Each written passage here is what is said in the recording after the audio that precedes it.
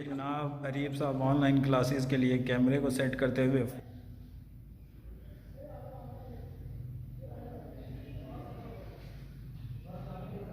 अरीब साहब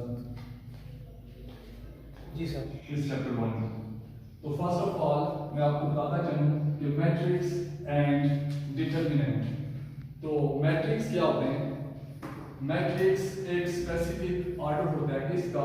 number of rose and number of columns का। मैं क्या कहना चाह रहा हूं? मैं ये कहना चाह रहा हूं फॉर एग्जांपल जो मैट्रिक्स है, मैट्रिक्स आप इसको डिनोट एन से भी कर सकते हैं, एम से भी कर सकते हैं, किसी भी चीज से आप इसे डिनोट कर सकते हैं। For example is equal to 1 2 3 4, ये एक मैट्रिक्स है।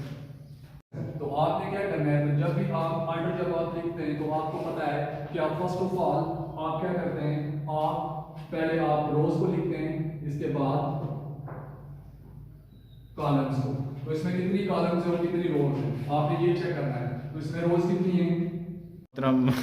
तो सीवन साहब स्टैंड को सेट कर रहे हैं जी, वलीद साहब लेक्चर तैयार कर रहे हैं, कारी साहब रेडी हैं उर्दू का लेक्चर डिलीवर करने के लिए। सर रेडी हैं आप? बिल्कुल रेडी हैं। तारफी बातें करनी है बस। ऑनलाइन बेहतर है या क्लास रूम में अगर बनाना चाहे वो ज़्यादा इजी है या ऑनलाइन? क्लास में तो इजी है ना, क्लास में इजी है। ऑनलाइन तो कैमरे के सामने नर्वस हो जाता है। ये तो फिर मीडिया पर्सन तो हम है नहीं, कैमरे के सामने बड़े कॉन्फिडेंस से खड़े होंगे। बिल्कुल बिल्कुल सर बिल्कुल। स्क्वायर मैट्रिक्स क्या होता है? The number of rows is equal to the number of columns is called square matrix. For example, कोई भी मैट्रिक्स ले लें आप, square matrix A, B, C and D, और इसे आप किसी भी अल्फाबेट से आप इसे डिनोट कर सकते हैं। फॉर एग्जांपल मैं इसे N से डिनोट करता हूँ, N is equal to A, B, C, D। अब इसमें आपने नंबर ऑफ रोज और नंबर ऑफ कॉलम दोनों चेक करना है। तो इसमें नंबर ऑफ रोज कितनी है? इसमें 2 रो हैं और 2 इसमें कितने हैं कॉलम। तो इसका मतलब ये हुआ ये 2 + 2 का ऑर्डर है। वलीद साहब अगर आपसे कोई क्वेश्चन पूछना चाहे बच्चे को समझ नहीं आए तो वो कैसे पूछ सकता है? वो सर YouTube जब लेक्चर अपलोड होगा तो कमेंट में भी पूछ सकता है और WhatsApp नंबर भी मैं उधर अपलोड करूंगा, उससे व्हाट्सअप नंबर आपका होगा या अदारे का होगा? मेरा WhatsApp। आपका व्हाट्सअप नंबर होगा हर लेक्चर के साथ? जी जी बिल्कुल जी ठीक। चलें कारी साहब अगर उर्दू की किसी को समझ ना आए तो वो कैसे पूछ सकता है कि उर्दू? यही जैसा कि सर ने बताया है, हाँ। कॉल पे है, व्हाट्सएप पे है, डॉक्यूमेंट्स में वगैरह, फिर वो लेक्चर जहाँ अपलोड करना है उसकी चैनल की मुताबिक तो रखनी है कि किसी ने कितना लोगों ने देख लिया है और क्या उसमें कमेंट आए हैं और किसी ने कोई पूछा है, वहीं पे जवाब दिया जा सकता है। तो बच्चों को आप क्या पैगाम देना चाहते हैं कि बच्चे कैसे लेक्चर जब सुन रहे हों किस तरीके से सुने? बुक को पास रखें, उसको नोट करें, या क्या तरीकाकार क्या होना चाहिए? बुक अपने साथ रखें, जो जहाँ से जिस सफ़ा से लेक्चर दिया जा रहा है उस पर फोकस रखें, साथ सुनते जाएं। ठीक है, नोट भी करते जाएं। नोट उसमें पास रखें, कोई पेंसिल वगैरह निशान भी लगा सकते हैं, अलग से नोट्स भी तैयार कर सकते हैं। अपने अपने लेक्चर्स जो है वो अपलोड करवाएंगे और उसके साथ बच्चों तक ये रसाई हासिल होगी। तो ये बच्चों के लिए बहुत ज़रूरी है, बड़ा मुफीद है। तो एक तो ये है कि बच्चे जो हैं वो घर में मसरूफ़ रहेंगे और फिर तालीम के साथ उनकी जो है वो वाबस्ती रहेगी। तो ये बड़ी खुशाइंद बात है। Thank you sir, thank you. और दूसरी मैं आपकी राय ये लेना चाहता हूँ, ये जो कॉलेज के 9th 10th और 1st 2nd ईयर को प्रमोट किया गया है, जिस फार्मूले के तहत प्रमोट किया गया है, कि ये दुरुस्त है कि नहीं है, आपकी इसके बारे में क्या राय है? पेपर्स होने चाहिए थे कि नहीं होने चाहिए थे? और जिस फार्मूले के तहत इनको प्रमोट किया गया है वो ठीक है? देखिए जी, जहाँ तक तो पेपर की बात है वो तो मैं कहूँगा होने चाहिए थे, लेकिन चूँकि हालात इस कदर जो हैं वो कशीदा हैं कि ऐसी सूरत हाल में जो है वो पेपर नहीं हो सकते थे।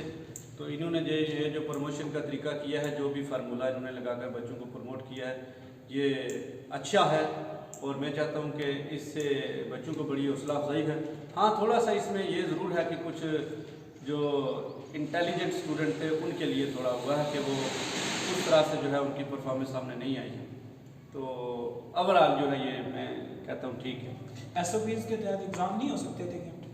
SOPs के साथ एग्ज़ाम हो सकते थे, लेकिन चूँकि ये गवर्नमेंट लेवल पे बात होती है, हमें फॉलो करना होता है हर सूरत में। तो जिस तरह आज हमारी गवर्नमेंट कहेगी, हमें हर सूरत में इसको कबूल करना होता है। Thank you sir, thank you. तो हमारे साथ अभी ग्रीन मॉडल कॉलेज चौकी के जनाब तहसीन साहब मौजूद हैं, इनसे राय लेते हैं ऑनलाइन क्लासेस के हवाले से।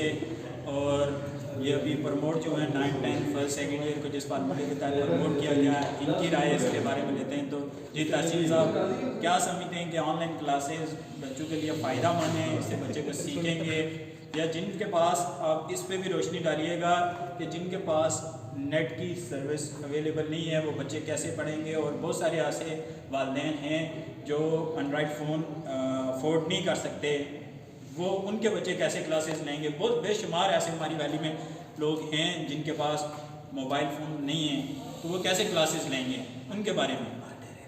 देखिए, बिस्मिल्लाहिर्रहमानिर्रहीम, अस्सलाम वालेकुम रहमतुल्लाह। इसमें देखें जी, ग्रीन मॉडल कॉलेज ने हमेशा कोशिश की है कि जो सोसाइटी है उसके साथ चला जाए।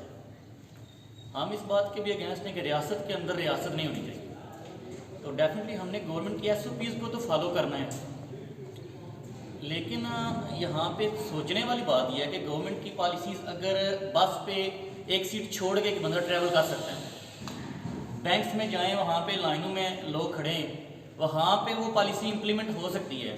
तो अदारे जिनके पास इंफ्रास्ट्रक्चर मौजूद होता है, तो यहाँ पे भी एक चेयर छोड़ के बच्चों को बैठा के तालीम जो है वो किसी भी मुल्क का एक जेवर होता है।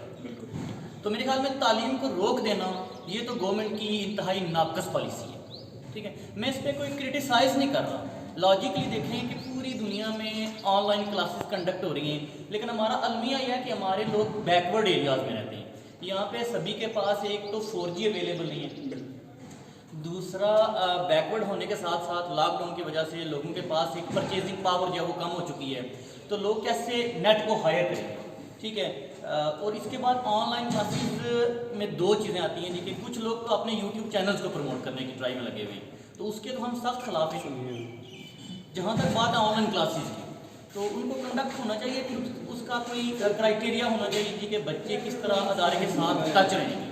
उसमें यह है कि फ़र्ज़ करें टीचर ऑनलाइन पढ़ा रहा है तो उसी वक्त सारे बच्चे ऑनलाइन होने चाहिए, उन्हें जो प्रॉब्लम आती है उसी वक्त वो टीचर से पूछ रहे हैं। तो यूट्यूब चैनल्स के तो मैं अगेंस्ट हूँ, क्योंकि वो आपको पता है जी कि ऑल ओवर द वर्ल्ड बेशुमार मटेरियल यूट्यूब पे मौजूद है और काफ़ी बेहतर मटेरियल मौजूद होता है।